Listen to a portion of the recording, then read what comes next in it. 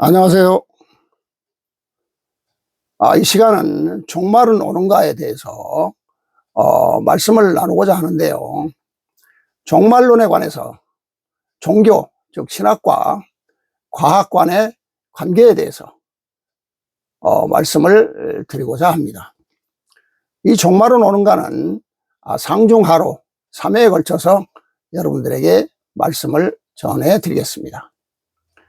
20세기의 지적 풍토는 신학, 즉 종교와 자연과학 사이에는 어떠한 일치점이나 관계성도 그 타당성을 인정할 수 없다는 분위기에 젖어 있습니다.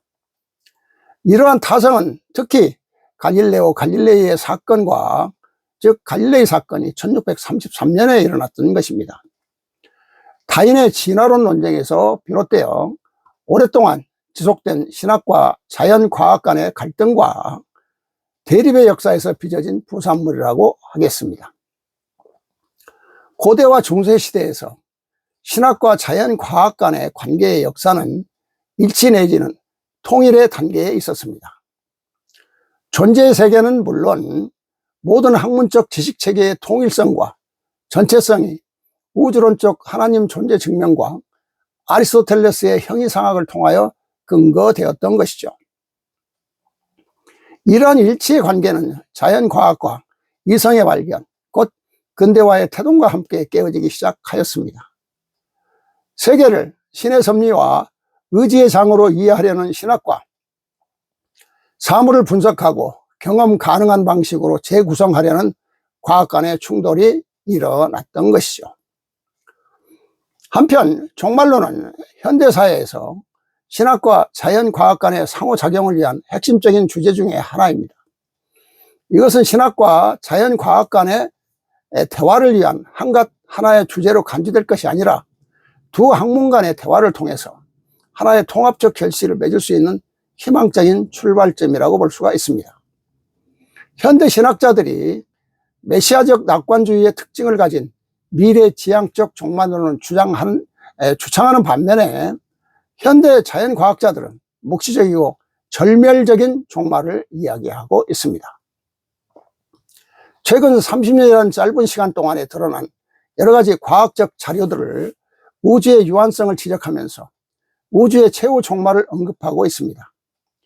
현대 자연과학자들에 의한 새로운 증언은 인간사와 우주사가 도달하고자 하는 마지막 종착역이 죽음이라는 선고였습니다. 이 증언이 직시하는 종말의 시나리오에 의하면 우주의 진화와 역동성에 관한 지식으로부터 우주 자체는 무한히 팽창하거나 아니면 불타는 거대한 불덩어리 안으로 붕괴함으로써 결국 무로 돌아갑니다. 우주의 미래에 대한 자연과학의 이러한 예측은 신학자들에게 세계의 종말에 관한 하나님의 목적과 기독교의 종말론적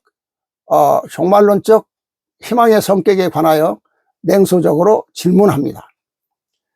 이러한 자연과학의 비관론적 종말 이해는 대부분의 사람들의 가치관과 세계관에 침투 확대되었으며, 따라서 이 시대의 문화는 사후의 삶에 대한 기독교의 부활 사상이나 새하늘과 새 땅과 같은 미래지향적 종말론에 강하게 도전하고 있습니다. 결과적으로 기독교의 종말론 상들이나 진술들은 우리의 경험과 관련된 그 어떤 것에도 지지를 받지 못하며 현실 세계에서 그 실제적 근거를 조금 더 소유하지 못하는 순수한 추상적 상에 불과한 것으로 여겨집니다. 18세기 이후 세계의 모든 언어적인 표현은 자연과학의 언어를 빌려 쓰는 것이 사실입니다. 어느 누군가의 이론이 진리로 인정되기 위해서는 자연과학에서 수행되고 있는 수학적인 방법과 그 검증 절차와 과정을 거쳐야 됩니다. 우리는 그 속에서 진리를 이야기하고 창조와 종말을 이야기해야 하는 세상에서 살고 있습니다. 그러나 단순히 자연과학에서 말하는 종말론을 그대로 적용하자는 것은 아닙니다. 그렇다면 현대과학을 어떻게 성경과 함께 읽으며 이해할 것인가, 그리고 새로운 성경에서는 종말에 대해 어떠한 말씀을 하고 있는가 비교하여 말씀을 드리고자 합니다. 성서에서 말하는 종말에 대해서 새로운 성경 147번째 말씀을 보면, 새로운 성경 147번째 말씀에 의하면 성서에서 말하는 종말은 지구의 환경 파괴로 인한 종족을 생산하지 못하여 후손을 만들지 못할 때가 바로 종말인 것이라고 말씀을 하고 있는데요. 2절부터 보면은요, 너희 인간이 이 지구의 생태계를 파괴하는 주범이니 너희는 너희가 만든 기계 문명에 의하여 지배를 받게 되는 것이니 환경 오염으로 인하여 인간의 종족이 멸종되어 간다는 것을 알라. 너희는 내가 준 가축과 식물을 가지고 먹고 살려 하지 않고 너희 육신을 위하여 닥치는 대로 살생하니 이로 인하여 지구는 파괴되어 너희 종족을 번식시키는 씨앗인 정충이 죽어가는 것을 너희는 모르나니 환경 파괴로 너희 정충이 죽어가 종족을 번식시킬 수가 없고 종말에는 너희 스스로 종말론이라 말하나니 내가 선지자를 통하여 알려주는 말은 나의 율법이니 너희 스스로 자연을 파괴하여 너희 씨앗을 죽게 하므로 결국에는 생산 기능이 마비되므로 종족이 지구상에서 없어지느니라. 너희 인간이 지구상에 영원히 존속하는 길은 모든 생물이 제자리에서 번식하고 생육할 수 있도록 보호하는 것이 가장 급선무이니 내가 너희에게 종말을 구하는 것이 아니라 너희 스스로 종말의 무덤을 파고 있느니라. 기근이나 천재지변으로 너희에게 종말을 구하는 것이 아니라 씨앗을 뿌리는 기능이 마비되어 너희 종족이 전멸하게 될 것이니라. 그러니 선지자야, 너희 제자들과 너를 따르는 자들과 온 세계에 스스로 종족이 멸해지는 것을 알려주라. 너희가 너희 육신을 위하여 죽인 짝을 잃은 짐승들의 원성이 너희를 공격한다 하였으니 너희들의 2세, 3세 애들이 생산되지 않아 너희를 보호하는 후손이 없게 되며 너희가 고령이 되었을 때는 지금 살생하고 잡아 죽인 짐승들의 먹이가 된다는 것을 너희는 깨달아야 할 것이니라. 선지자야, 이 이치를 온 세계에 전하라. 너희가 성서에서 말하기를 어느 기간에 종말이 온다는 것은 너희가 종족을 생산하지 못하여 후손을 만들지 못할 때 그게 바로 종말인 것을 그를 빙자하여 우매한 사람들을 쇠사슬에 묶지 말라. 너희는 내가 준 너희에게 기르고 가꾸어서 먹으라 한 동식물만 먹는다면 종말이 없을 것이니라.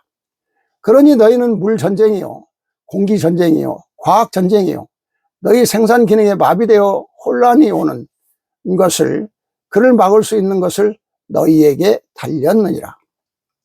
이제는 개인의 영달을 버리고 세상에 온 인류가 더불어 너희가 발을 딛고 사는 이 지구를 살리는 운동에 힘을 모아야 될 것이니라. 이 불꽃은 선지자를 통하여 나의 율법을 지키도록 함이 근본임을 깨달아라. 이렇게 말씀하시는데요. 이 말씀은 인간이 지구의 생태계를 파괴하여 인간이 만든 기계 문명에 의해서 지배를 받게 되며 환경 오염으로 인하여 인간의 종족이 멸종되어 간다는 것을 알라는 말씀으로 여호와가 준 가축과 식물을 가지고 먹고 살려 하지 않고 육신의 건강을 위한다고 닥치는 대로 살생하므로 지구는 파괴되어 인간의 종족을 번식시키는 씨앗인 정충이 죽어가 생산 기능이 마비되어 종족을 번식시킬 수 없어 종말이 온다는 말씀입니다. 자, 이제 두 번째, 신학과 자연과학의 관계에 대해서 말씀을 드리겠습니다. 신학, 즉 종교와 자연과학을 연결시키는 움직임은 아직 이미 북미 학계에서 활발히 논의되어 그 영역이 복합적으로 확장되고 있습니다. 여기서 복합적이라는 말은 신학과 자연과학에 대한 초기의 단순한 관계성을 넘어서서 양자의 다양하고 심층적인 주제로 확대되고 있는 경향을 말하고 있습니다.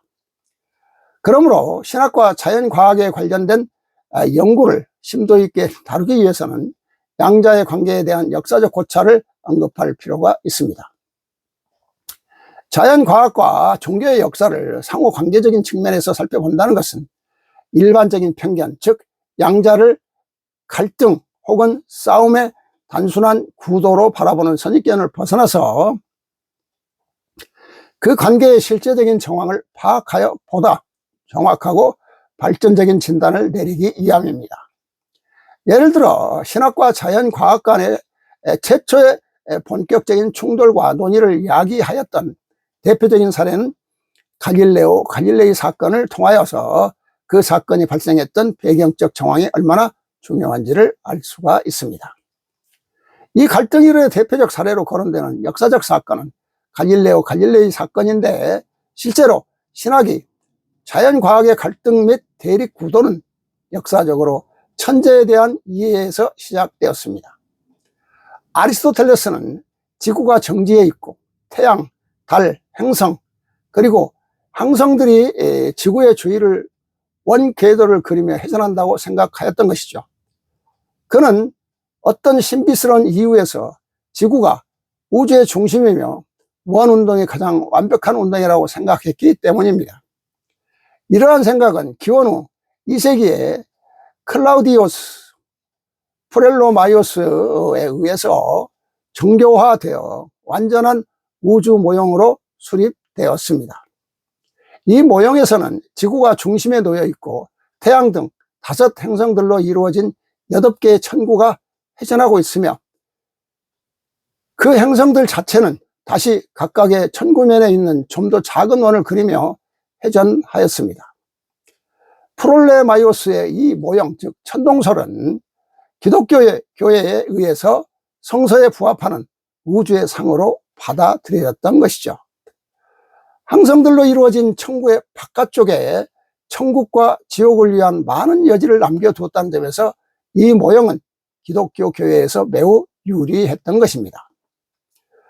초기 기독교 시대와 중세 시대에서 신학과 과학 간의 관계는 일치의 단계에 있었습니다. 신학과 과학의 일치 내지는 통일성의 근대가 태동하면서, 즉 이성과 근대 과학의 발전 속에서 금이 가기 시작했습니다.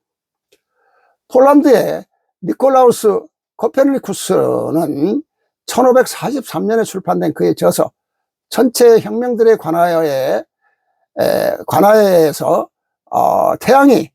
태양이 중심에 고정되어 있고 지구와 행성들이 태양의 주위를 원 궤도를 그리며 회전한다는 지동설을 제안하였던 것입니다.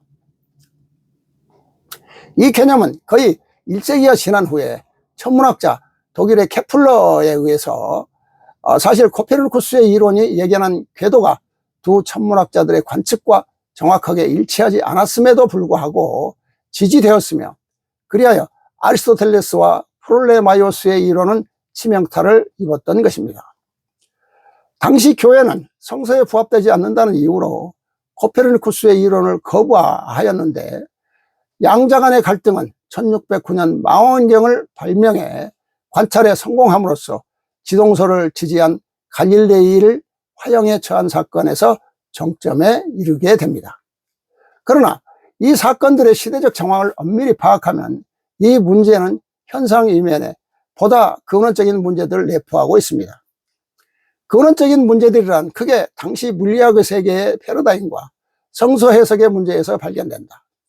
전자의 측면에서 코페르니쿠스의 이론은 지구가 태양의 궤도를 공전하면서 자전축상에서 회전하는 것인데, 이는 당시의 고등학문인 물리학의 기본 명제, 곧 단일체의 물체는 고유한 하나의 운동만을 한다는 법칙에 입에되었던 것입니다. 그러나 보다 근원적인 문제를 후자, 곧 성서 해석의 원리에서 찾아볼 수 있는데, 초기 교부 시대와 중세 시대의 성서 해석의 원리는 근대를 넘어가는 과정에서 분명히 언급되어야 합니다. 왜냐하면 이것은 코페르니쿠스와 갈릴레오 사건을 새롭게 이해할 수 있는 디딤돌이 될 수 있기 때문입니다. 중세 시대의 성서 해석은 사중적인 의미, 곧 문자적, 우의적, 도덕적, 신비적인 의미로 요약될 수 있습니다. 따라서 중세 가톨릭은 교회의 권위와 전통 원리에 입각하여 성서를 해석하는 경향이 두드러졌습니다. 교회 전통이 성서의 권위를 넘어 최고의 자리를 차지했던 것이죠. 사실 신학과 자연과학의 충돌은 성서 문자주의의 연장선 상에 있는 교회의 권위주의에서 촉발되었다고 할 수 있습니다. 교회 권위주의는 교회의 권위가 자연과학에 우선한다고 믿는 입장입니다. 이것은 제2차 바티칸 공의회 이전 로마 가톨릭 교회의 공식적인 입장이었던 것입니다. 제1차 바티칸 공의회는 과학 및 근대화의 도전에 정면으로 헤쳐나가기 위해서 교회 전통을 절대화하기 위한 방편으로 교황무호소를 주창하였습니다. 성 어거스틴은 성서의 진리는 의심할 수 없지만, 그러나 시대적 정황과 상관된 여러 상이한 해석들이 있을 경우에 그 어떤 특정 해석의 절대성을 고수해서는 안 된다고 말했습니다.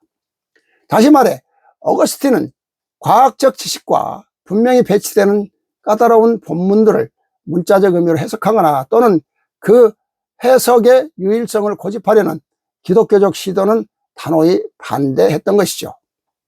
이것이 그가 문자적 해석과 아울러 은유적 해석을 주장한 이유였던 것입니다.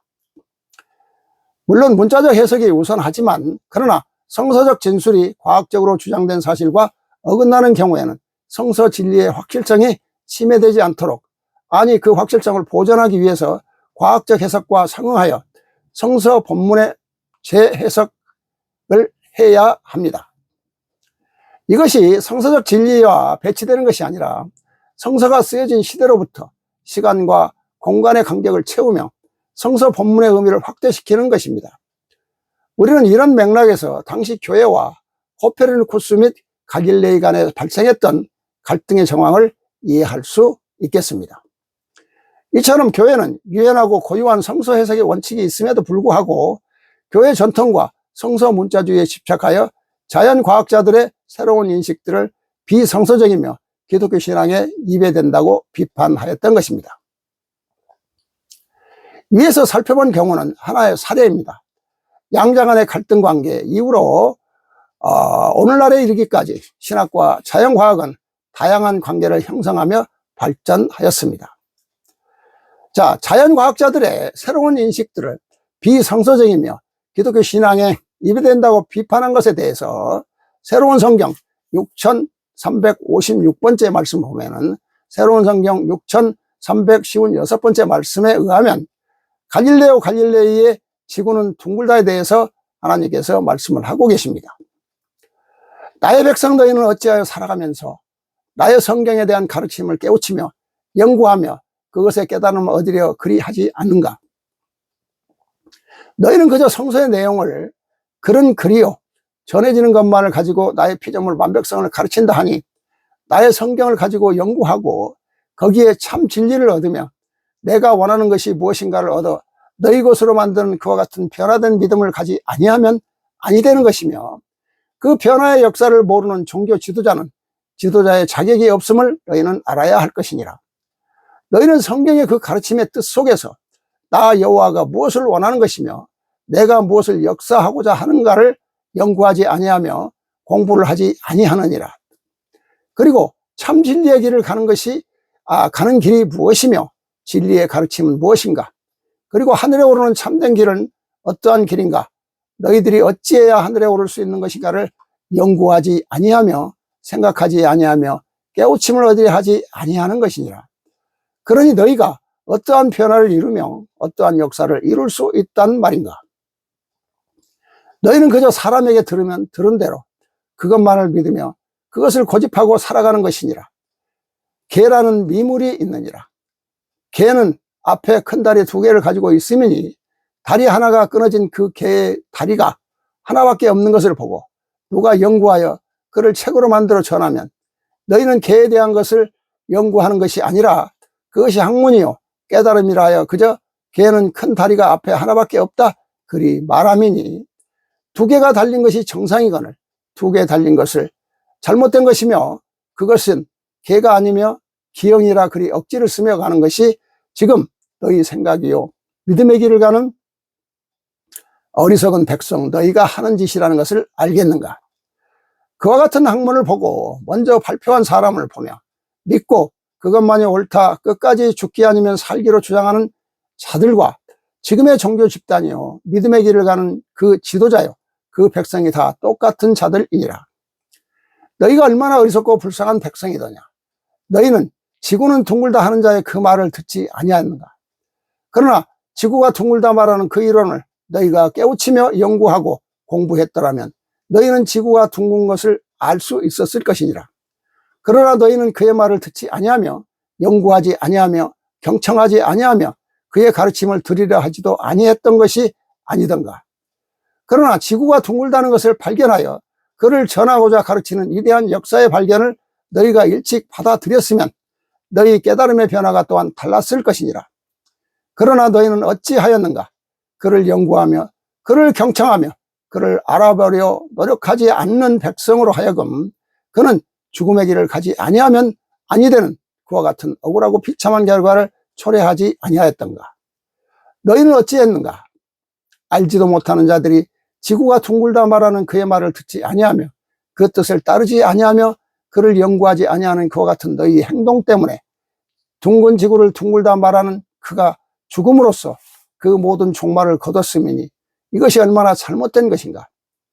지금의 모든 믿음의 길을 가는 종교 집단이요 지도자 너희가 그러한 자들이니라. 절대 변화돼서는 아니 되며 변할 수가 없다 생각하며 연구하지 아니하며 그 진리의 뜻을 알려 하지도 아니하며 그 성서의 비유의 뜻이요 거기에 숨어있는 내가 너희에게 가르치고자 하는 그 뜻을 전혀 알려 하지도 아니하며 배우려 하지 아니하는 것이니 너희가 그와 같은 미흡한 백성이니라. 지구가 둥글다 말한 그 백성을 저희가 통치하는 그 백성이 혼란을 초래하는 마음의 동요를 이룬다 하여 통치의 지장을 느낀다 하여 통치에 악영향을 미친다는 것만 생각하여 그를 죽게 했던 지도자들과 그 시대에 그 국가를 경영했던 그들과 너희가 무엇이 다르던가. 지금 너희는 나의 법전이요 너희를 구원하는 새로운 성경이 세상에 내려간다 하나 이를 믿지 아니하려 하며 이를 인정하지 아니하려 하며 오로지 너희가 지금까지 믿어온 그 방법이요 관습이요 전통에만 젖어 있으니 너희가 어찌 하늘에 오르는 길을 알 수 있단 말이던가.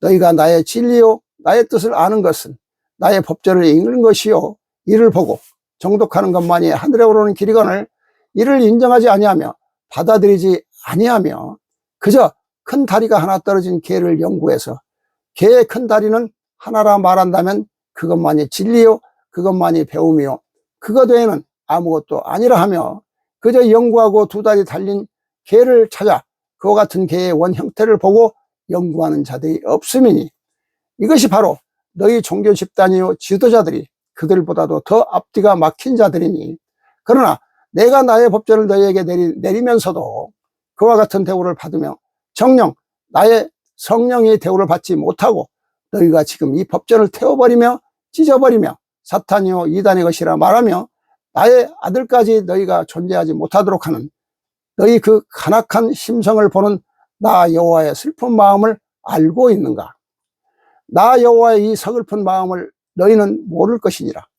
그와 같이 너희가 변한 줄 모르며 연구하지 아니하며 노력하지 아니하며 성경의 비유의 뜻을 들으려 하지 아니하며 참 진리에 가는 길이 무엇이며 나의 아들 예수가 너희에게 무엇을 원했으며 무엇을 원하고자 했던 것인가를 그 깊은 의미를 알려 하지 아니하기 때문에 나의 뜻과는 관계없는 그 길로 너희가 만들며 너희가 생각한 그 진리로 나의 백성을 깨우쳐 이끌고 가니 그리하여 하늘에 오르는 길이 아니요 지옥의 낭떠지로 가는 길이라 내가 너희에게 말하였음이니라.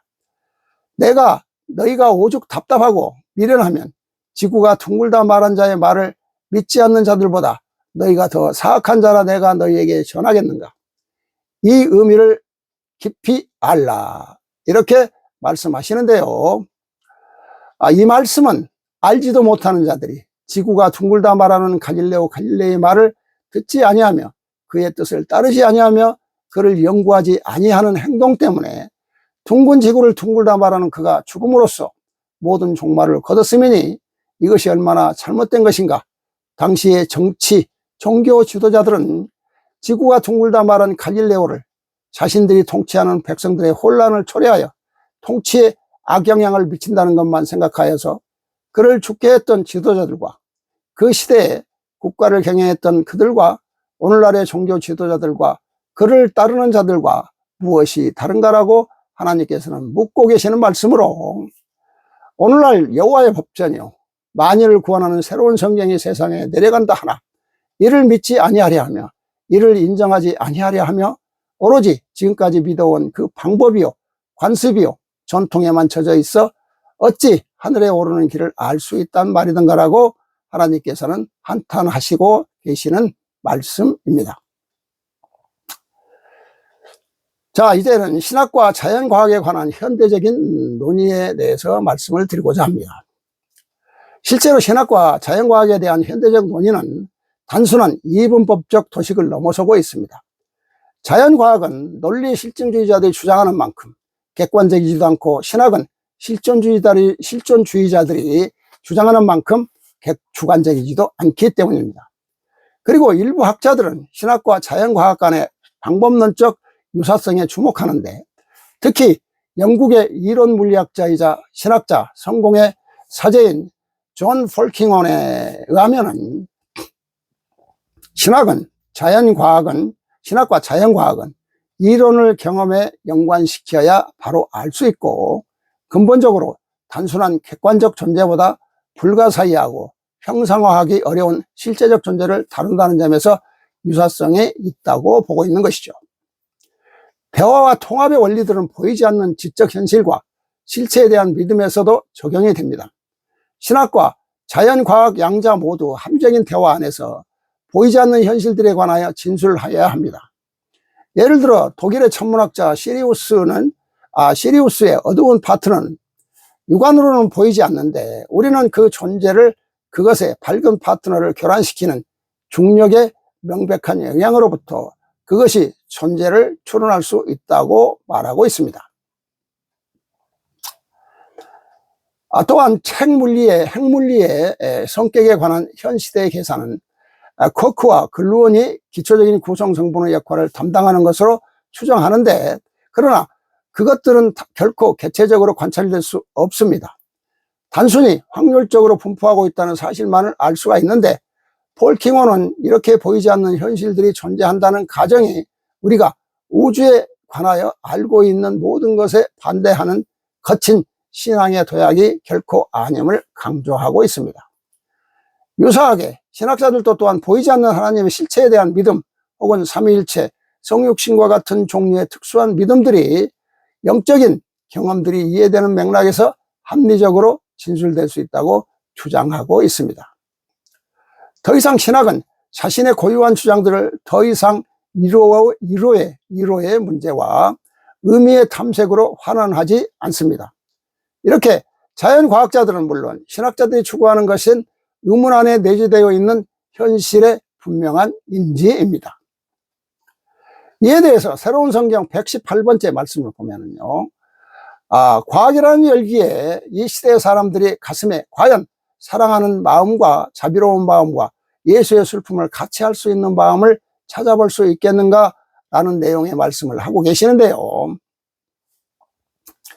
자, 꽃이 달렸던 나무에 꽃이 떨어지고 나면 더욱 초라하게 보이나니, 꽃이 있던 나무나 꽃이 없던 나무가 똑같이 시들어가지만 꽃이 피었다가 시든 가지가 더 앙상하게 느껴지면 화려한 꽃이 떨어지고 난 뒤이기 때문이니라. 너희 사람들도 꾸준히 한 길을 간 사람은 단단해 보이고 나이 들어서도 추해 보이지 않느니라. 그러나 긴 인생 중에 화려했던 과거를 가진 사람들이 노후에 손에 쥔 것이 없으면 묵묵히 한 길을 걸어온 사람보다 흔들림이 심하니, 늙어짐이 급속도로 변화되어 꽃이 떨어진 나무가 초라하게 말라가는 모습과 같으니라. 사람은 마음 먹고 움직이기에 달렸으니 몸은 늙어가나 마음은 청춘같이 신선함을 지니고 살 수 있는 것이 인간이니라. 너는 선지자야 들으라. 너는 지금 젊은이라 생각하며 나이를 지워버리고 나의 율법을 전하는 길에 매진하라. 내가 너를 택한 이상 산같이 많이 쌓인 일들을 굽이굽이 흐르는 물처럼 순리에 따라 진행하여 성과를 거두도록 하라. 너희가 만든 과학의 힘으로 온 지구가 달군 쇳덩어리처럼 과열된 이 시대를 너희 젊은 세대는 모든 것을 제 것인 양 보고 달려가지만, 그들이 뒤를 돌아다 보며 오늘의 저희들이 있기까지는 저희 어버이들이 있었음을 반드시 깨달아야 할 것이며, 뒤를 돌아다보지 않는 그들이 반성하지 아니함을 후회하는 날이 있을 것이니라. 고무풍선에 바람이 과하면 터지듯이 과학이라는 너희들의 열기가 지구를 식히지 못하고 계속 달구기만 한다면 저희끼리 부딪힘이 태풍처럼 쓸고 갈 날이 있을 것이니 내가 너를 통하여 율법을 전하고자 하면 달구어지는 시대와 식어지는 한 시대의 교량 역할을 하기 위하여 내가 애써 너에게 이 율법을 온 세상에 전하게 함이니라. 내가 너에게 이르나니 나로 하여금 종말은 없을 것이로되 과학의 열기는 과학의 열기까지 부딪힘이 있을 것이며 종교는 종교대로 서로 부딪힘이 있을 것이니라. 이 세상에 나의 율법을 따른다는 종교 집단의 음성을 들을 때는 그 힘이 방대하나 이 시대에 달구어지는 열기를 종교는 지배하는 너희 집단이 정화하지도 못하였으며 달구어지는 열기를 식히지도 못하였으며 시대가 변천하는 것을 안주시키지도 못하였으며 지금의 세태는 큰 모선에서 닷줄이 끊어져 점점 멀리 떨어져가는 모형이니 지금 너희 집단이 이 세대의 마음속에서 점점 멀어지고 있음을 너희는 깨우쳐야 할 것이니라. 너희는 엄청난 집단의 힘을 갖고 이 세상을 지배한다 생각하겠지만 그런 시대는 점점 밀려나고 있으며 너희는 자리를 잡지 못하고 있느니라. 그런 너희를 하나하나 떼어놓고 분석해 보면 큰 집단의 힘을 가지고도 이기주의요 욕심으로 이 세상을 정화하지 못하였으니 그의 불만으로 과학의 변화라는 돌출구의 힘이 너희 집단보다 위대한 힘을 발휘하고자 하는 시대가 도래하고 있느니라. 이는 지금까지 너희의 방대한 그 힘의 조직이 이 우주 만물을 통제하지 못하였노라. 오로지 그 책임은 너희에게 있느니라. 과학의 힘에 의하여 달아나는 세대와 뒤로 처지는 세대와의 고리는 인간의 마음을 정화하는 인성교육이 급선무이니라. 그리하여 내가 선지자 너를 통하여 도망가는 과학의 세대가 수긍하며 뒤로 몰리는 너희 세대들도 차라리 이것이 현실적인 종교가 아니냐 하는 느낌을 주고 실천할 수 있는 나의 성서를, 나의 율법을 선지자 너에게 임하여 온 세상에 전파하여 변해가는 세대의 인성교육에 촛불을 켜고자 함이니라. 이미 너희가 관장하는 종교로서는 과학의 세대가 갖고자 하는 욕구를 충족시킬 수 없으며 그들을 잡을 수도 없으니 너희 목회자는 내가 나의 선지자를 통하여 미리 내리는 메시지를 진심으로 받아들여 검토하고 변화를 갖도록 하라. 과학이라는 흐름에 앞서가는 젊은 세대들은 그 마음이 인간이기 전에 싸늘한 쇠붙이같이 변해가고 있음이니라. 이 세상이 지금까지 존재하였던 것은 너희의 아름다운 마음, 사랑하는 마음, 이웃의 슬픔에 눈물을 흘릴 수 있으며 같이 근심걱정을 할 수 있는 그 인성에서 이 세상에 지탱해 왔으나 과학이라는 열기에 앞으로만 치닫는 이 세대의 그들의 가슴에 과연 사랑하는 마음과 자비로운 마음과 예수의 슬픔을 같이 할 수 있는 마음을 찾아볼 수 있겠는가? 앞으로는 형제요, 이웃이요, 친척이요 하는 것이 다 뜻없는 시대가 올 것이니 너희가 만들어 놓는 흉물스러운 기계가 이 세상을 지배하게 되며 너희는 지배를 받는 종족으로 변할 수 있다는 것을 알라. 그를 너희 집단의 힘으로 막을 수 있다고 생각하는가? 너희 각자의 마음도 그들을 따라 변해가고 있으니 그 마음들을 멈추려고 나의 선지자를 통하여 이 율법을 전하나니 10년 후에는 지금 너희의 집단보다 선지자의 집단이 더 커져 과학의 열기를 멈추는 역할을 할 것이니라. 다시 말하나니 너희는 오늘 내가 전하는 율법을 깊이 연구하라. 그리고 이를 보는 너희만이라도 옳고 그름을 깨닫는 눈을 떠라. 이렇게 하나님께서는 과학의 열기에 의해서 형제요, 이웃이요, 친척이요 다 뜻없는 시대가 올 것이라고 하나님께서는 염려하고 계시는 말씀을 하고 계십니다. 자, 이제 지금까지의 말씀을 결론의 말씀을 드리고자 합니다. 성경의 해석은 문자적 해석이 우선하지만 그러나 성서적 진술이 과학적으로 주장된 사실과 어긋나는 경우 성서 진리의 확실성이 침해되지 않도록 그 확실성을 보존하기 위해서 과학적 해석과 상응하여 성서 본문을 재해석해야 한다고 합니다.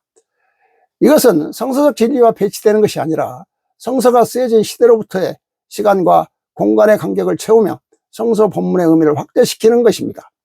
또한 중세 가톨릭은 교회의 권위와 전통의 원리에 입각하여서 성서를 해석하는 경향이 두드러졌습니다. 우리는 이런 맥락에서 당시 교회와 코페르니쿠스 및 갈릴레이 간에 발생했던 갈등의 정황을 이해할 수가 있습니다. 이처럼 교회는 유연하고 고유한 성서 해석의 원칙이 있음에도 불구하고 교회 전통과 성서 문자주의에 집착하여 자연과학자들의 새로운 인식들을 비성서적이며 기독교 신앙에 입에 댄다고 비판하였으며 이단이라고 치부하였던 것입니다. 위에서 살펴본 당시의 교회와 코페르니쿠스 및 갈릴레오 갈릴레이의 경우는 하나의 사례입니다. 양자 간의 갈등 관계 이후로 오늘날에 이르기까지 신학과 자연과학은 다양한 관계를 형성하여 발전하였습니다. 자, 이러한 주장에 대해서 새로운 성경은 다음과 같이 말하고 있습니다. 지구가 둥글다 말하는 갈릴레이의 이론을 깨우치며 연구했더라면 지구가 둥근 것을 알 수 있었을 것이며, 그가 지구가 둥글다는 것을 발견하여 그를 전하고자 가르치는 위대한 역사의 발견을 받아들였다면 깨달음의 변화가 또한 달랐을 것이라고 말하고 있습니다. 지구가 둥글다 말한 그를 당시의 유정자들이 백성의 혼란을 초래하며 마음의 동요에 의한 통치에 악영향을 미친다는 것만을 생각하여서 그를 죽게 했던, 즉 갈릴레오 갈릴레이를 죽게 했던 종교 지도자들과 국가를 경영했던 그들과 지금의 종교 지도자들과 무엇이 다른가라고 하나님께서는 말씀하시는데요. 즉 이 얘기는 새로운 성경을, 즉 하나님의 법전을 부정하고 있다고 말씀을 하고 계시는 겁니다. 그리고 이 세상이 지금까지 존재하였던 것은 사람들의 아름다운 마음, 사랑하는 마음, 이웃의 슬픔에 눈물을 흘릴 수 있으며 같이 근심 걱정할 수 있는 그 인성으로 인해서 이 세상이 지탱해 왔으나, 과학이라는 열기에 앞으로만 치닫는 이 시대의 젊은이들의 마음이 싸늘한 쇠붙이같이 변해감으로써 그들의 가슴에 과연 사랑하는 마음과 자비로운 마음과 예수와 같은 마음과 슬픔을 같이 할 수 있는 마음을 찾아볼 수 있을까? 앞으로는 형제요, 이웃이요, 친척이요 하는 것이 다 뜻이 없는 시대가 올 것이며, 인간이 만들어 놓은 흉물스러운 기계가 이 세상을 지배하게 되며 인간은 그 기계의 지배를 받는 종족으로 변할 수 있다는 것을 알아야 한다고 새로운 성경은 말하고 있습니다. 오늘날 여호와의 법전이요 만일을 구원하는 새로운 성경이 세상에 내려가므로 이러한 종말을 막을 수 있다고 하나님께서는 새로운 성경을 통해서 말씀하고 계십니다. 자, 오늘의 말씀은 여기까지로 마치겠습니다. 지금까지 함께 해주셔서 감사합니다.